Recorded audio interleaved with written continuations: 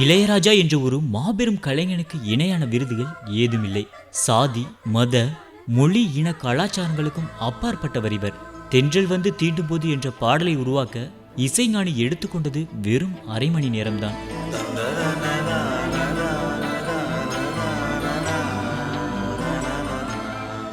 ஒரு பாடலை உருவாக்க வெளிநாட்டு பயணமோ அழகான லொகேஷன்களோ வார அல்லது மாத கணக்கில் நேரமோ இளையராஜாவுக்கு தேவைப்பட்டதில்லை. தென்றல் வந்து தீண்டும் போது என்ற பாடலை உருவாக்க இசைஞானி எடுத்துக்கொண்டது வெறும் அரை மணி நேரம்தான். இளையராஜா வெறும் அரை நாளில் மொத்த ரீ ரெக்கார்டிங்கையும் செய்து முடித்த படம் 100வது நாள்.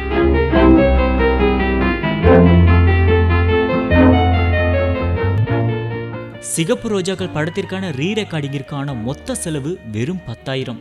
3 நாளில் வெறும் 5 இசைக்கலைஞர்களை கொண்டு அந்த படத்திற்கு இசை சேர்க்கப்பட்டது.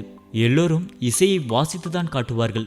ஆனால் ராஜா மட்டும்தான் இசையை பக்கா நோட்ஸாக இசைக்கலைஞர்களுக்கு எழுதியே கொடுப்பவர். அவர் நோட்ஸ் எழுதும் வேகம் பார்த்து சர்வதேச இசை விற்பனர்களே மிரண்டு போனது வரலாறு. அமிர்தவர்சினி என்ற மலையை வரவழைப்பதற்கான தனித்துவமுடைய ராகத்தை ஒரு கோடை பொழுதின் பிற்பகலில் தூங்காத விழிகள் 2 பாடலை அமைத்து மழையையும் வரவழைத்தவர் இசைஞானி. பாடலின் மெட்டும் அதற்கான 100% ஆர்கெஸ்ட்ரேஷனையும் ஒருவரே செய்யும் போது கிடைக்கும் அத்தனை முழுமை, அத்தோடு ஒவ்வொரு வாத்தியத்தையும் வித்தியாசமாய் கையாளும் ஆளுமை மற்றும் பாங்கு, அதுவும் மற்றவர்களிடமிருந்தே இவரை வேறுபடுத்தி காட்டுகிறது. இசைஞானிதான் முதல் முறையாக ரீதி கவுளை என்ற ராகத்தை சினிமாவில் பயன்படுத்தினார். கவிக்குயில் என்னும் படத்தில் சின்ன கண்ணன் அழைக்கிறான் என்ற பாடல்தான் அது. சின்ன கண்ணன் அழைக்கிறான், சின்ன கண்ணன் அழைக்கிறான். கவுண்டர் பாயிண்ட் என்ற யுக்தியை, சர்வதேச இசை நுட்பங்களை இசைஞானி சிட்டுக்குருவி படத்தில் இடம்பெற்ற என் கண்மணி என்ற பாடலில் பயன்படுத்தி வெற்றி கண்டவர். என் கண்மணி காதலி இடமாங்கனி உன்னை பார்த்ததும் சிரிக்கின்றதே சிரிக்கின்றதே, நான் சொன்ன ஜோக்கை கேட்டு நாணமோ நீ நகைச்சுவை மன்னனில்லையோ. இந்திய திரை இசையில் காயத்ரி என்ற படத்தில்தான் முதலாக இசைஞானி எலக்ட்ரிக் பியானோ உபயோகப்படுத்தினார். இசைஞானி செஞ்சுருட்டி ராகத்தில் இசையமைத்த ஒரே பாடல் ஆட்டுக்குட்டி முட்டையிட்டு. ஆட்டுக்குட்டி முட்டையிட்டு கோழிக்குட்டி வந்ததுன்னு யானை குஞ்சி சொல்ல கேட்டு பூனை குஞ்சி சொன்னதுண்டு, கதையில்ல சாமி இப்போ. உலகில் வேறு எந்த இசையமைப்பாளரும் முயற்சி செய்திருக்கவே முடியாத விஷயம், ஓர் இசையமைப்பாளர் ஏற்கனவே இசையமைத்து பாடல் வரிகள் எழுதப்பட்டு படமாக்கப்பட்டு அந்த சவுண்ட் ட்ராக்கை அப்படியே நீக்கிவிட்டு அந்த காட்சியை மட்டும் அப்படியே வைத்துக்கொண்டு உதட்டசைவு, உடலசைவு, காட்சி தேவை அனைத்துக்கும் பொருத்தமாக புதிய இசையை எழுதி வியப்பின் உச்சிக்கே நம்மை அழைத்து சென்றவர் இசைஞானி. இந்த இசை இடம்பெற்றுள்ள படம் ஹே ராம். முன்பெல்லாம் பின்னணி இசை சேர்ப்பில் ஒரு ரீல் திரையிட்டு காண்பித்ததும் இயக்குனரோ மற்றவர்களோ இசையமைப்பாளரிடம் வந்து அமர்ந்து அந்த படத்தில் வந்தது போல போடுங்க, இந்த படத்தில் வந்தது போல போடுங்க என்றெல்லாம் சொல்லி பின் இசை சேர்ப்பு முடிந்து அது சரியில்லாமல் மறுபடி இசையமைப்பாளரே வேறு மாதிரி இசை சேர்ப்பார். ஆனால் இளையராஜாவிடம் அப்படி இல்லை. ஒரு ரீல் திரையில் பார்த்தால் போதும், உடனே இசை குறிப்புகளை எழுத ஆரம்பித்து விடுவார். அதை வாசித்தாலே போதும், இப்படி வேண்டாம் வேறு மாதிரி போடுங்கள் என்று சொல்வதற்கான வாய்ப்பே இருக்காது. இந்தியாவில் அல்ல, ஆசியாவிலே முதன்முறையாக சிம்போனி இசை அமைத்தவர் இசைஞானி. சிம்போனி கம்போஸ் பண்ண குறைஞ்சது 6 மாசமாவது ஆகும்.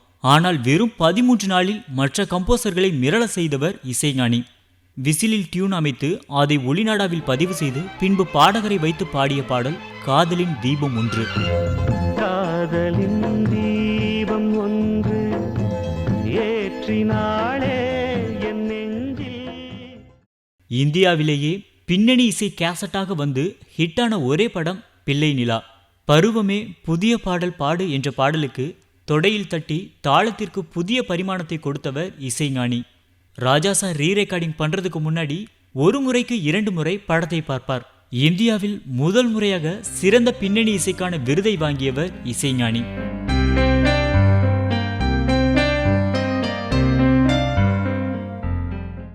இசைஞானி முதலாக ஸ்டீரியோ முறையில் பாடல்களை பதிவு செய்த படம் பிரியா. 137 வாத்தியங்கள் பயன்படுத்தப்பட்ட பாடல் சுந்தரி கண்ணால் ஒரு சேதி.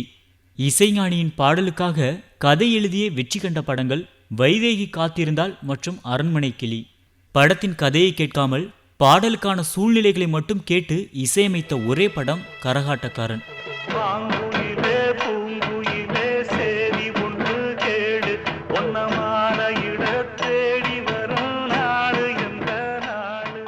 முன்பெல்லாம் கிட்டார் தபேலா கலைஞர்கள் உதவியுடன் ஹார்மோனியத்தை இசைத்து டியூன் உருவாக்குவார். அதற்கு பிறகு ஹார்மோனியத்தில் வாசித்து பார்ப்பதில்லை, கண்களை மூடி சிந்திப்பார். இசை வடிவங்கள் அவர் மூளையில் இருந்து புறப்படும், அவற்றை அப்படியே இசை குறிப்புகளாக எழுதி விடுவார். ஹார்மோனியம் இல்லாமல் இசையமைக்கும் இந்த ஆற்றல் இந்திய சினிமா இசையமைப்பாளர்களில் இவரிடத்தில் மட்டுமே இருக்கிறது என்பது பிரமிப்பான உண்மை. ராஜா இசை வித்தகர் மட்டுமல்ல, அற்புதமான கவிஞர். காவிய கவிஞர் வாலிக்கே வெண்பா கற்றுக் கொடுத்தவர். அதனால் ராஜாவை தனது குரு என்றும் கூறி மகிழ்ந்தவர் வாலி.